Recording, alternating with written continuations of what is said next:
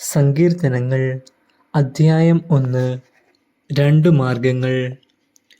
ദുഷ്ടരുടെ ഉപദേശം സ്വീകരിക്കുകയോ പാപികളുടെ വഴിയിൽ വ്യാപരിക്കുകയോ പരിഹാസകരുടെ പീഠങ്ങളിലിരിക്കുകയോ ചെയ്യാത്തവൻ ഭാഗ്യവാൻ.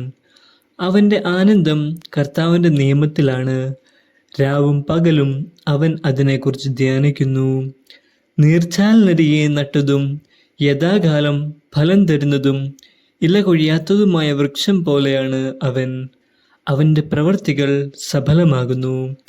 ദുഷ്ടർ ഇങ്ങനെയല്ല, കാറ്റ് പറത്തുന്ന പതിര് പോലെയാണ് അവർ. ദുഷ്ടർക്ക് ന്യായവിധിയെ നേരിടാൻ കഴിയുകയില്ല.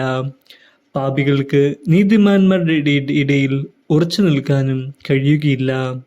കർത്താവ് നീതിമാന്മാരുടെ മാർഗം അറിയുന്നു, ദുഷ്ടരുടെ മാർഗം നാശത്തിൽ അവസാനിക്കും.